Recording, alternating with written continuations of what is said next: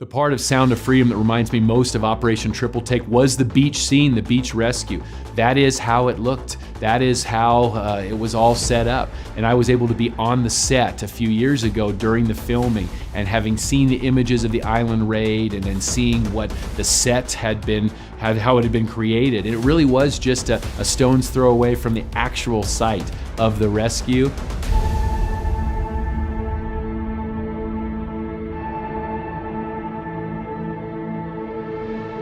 With Triple Take, I was one of 3 team leads. Tim was in charge of Cartagena, Batman was in charge of Medellin, and I was in charge in the town of Armenia, Colombia.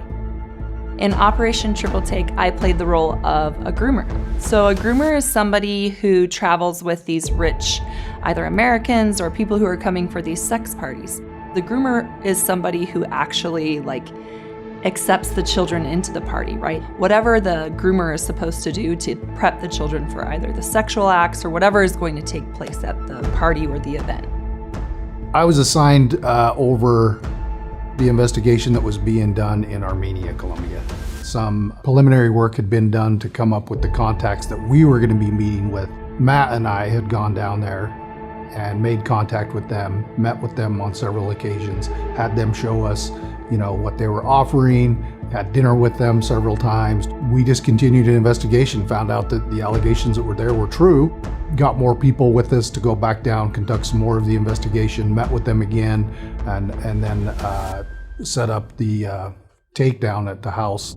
Operation Triple Take started out as just one operation that was going to happen in Medellin based on a case that Batman had found with an American pedophile known as Dennis de Jesus.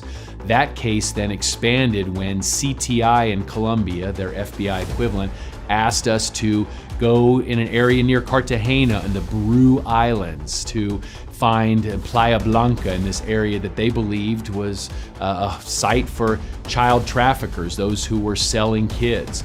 A few OUR operators went there, posed as tourists, and sure enough found that kids were being sold there. So CTI in Colombia asked us to set up a second operation.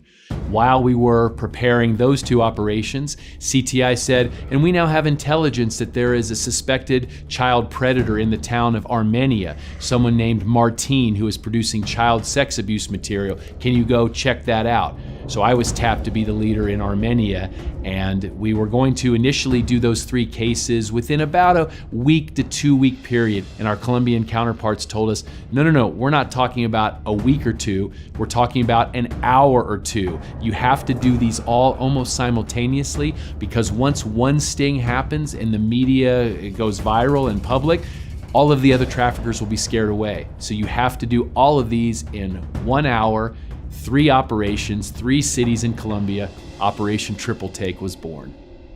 Because we're not actually preparing them for any sexual acts, what I do is we have candy, we have pizza, we have drinks, water, sodas, things to help the kids just relax because we want them to feel comfortable. So things we do is we play games, like if there's a beach ball or something like that, we'll play games with the kids. We try and laugh with the kids if we can, keep it lighthearted. I sat across the table from 4 or 5 traffickers, including Eduardo, including the Miss Cartagena, the beauty queen, Kelly Joanna Suarez, Fuego and Samuel, and just sitting there watching just how vile these humans were, how diabolical and despicable, when they were just talking about these kids and what they would do and what type of sex acts they would provide and how much money would be required. And it really took everything I could to not come across the table and strangle them, or not throw up in my mouth, not say you guys should go to hell, but to have to keep that in, have to stay in character and in role, knowing that if we pulled this off in just a few weeks, these kids would be back with their families or in vetted aftercare homes. And I'm just grateful to God that that's exactly how things played out. It seemed like it took forever by the time we had the authorities there that were going to take him down, that we had the undercover house set up, and then they finally showed up. And if I remember right, they brought a small bus with these kids.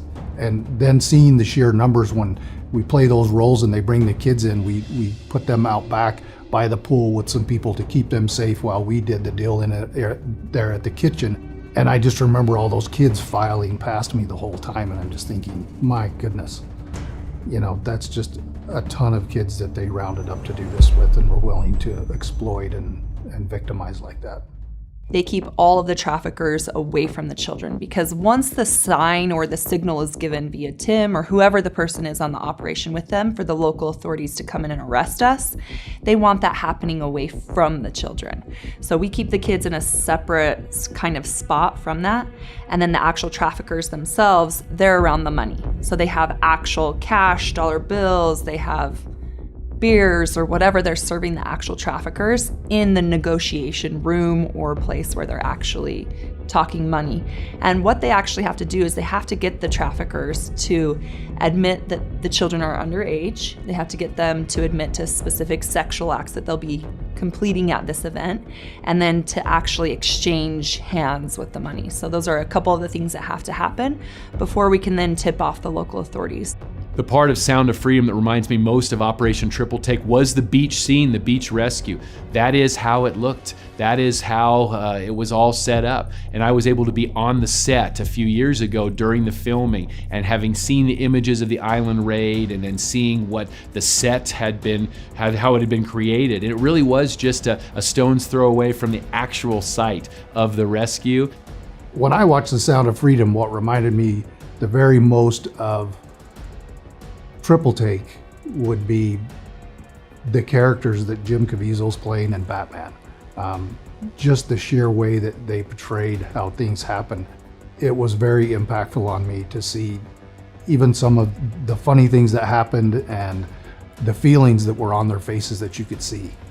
When Jim Caviezel's character and Batman are sitting at the table and he's telling him his story, you know, I've sat there and I've listened to that fairly close to that story also with him. A lot of the time that I spent with him, to see that in the movie, that was very impactful to me. It's a little emotional, you know, when you've been there in real life and you've seen it and you've been a part of it. Surprisingly, the part that was the most emotional for me was they're putting the kids in shipping containers. And there was a day that we spent in Haiti and the Dominican Republic on the border right there. And on that border, they traffic children back and forth across the border. So they take these kids from Haiti that are in these slave labor camps and they traffic them across the border of the Dominican Republic. And then they make them work all day long in these sugarcane fields. And then they also sex traffic them. And seeing the shipping containers, I just had this emotional response of watching these moving trucks. They're like U-Hauls, and they have at the top of the U-Hauls cut out little holes and literal moving trucks. They're taking these trucks back and forth across the border with kids inside these trucks. And right next to this little dirt road where they're trafficking these kids is a river. And on the river are these little boats, and they have kids at the bottom of these boats, just taking them back and forth across the border. And we spent hours at this border filming and watching and gathering data and watching them just traffic these kids as if they're just another way to earn money for them.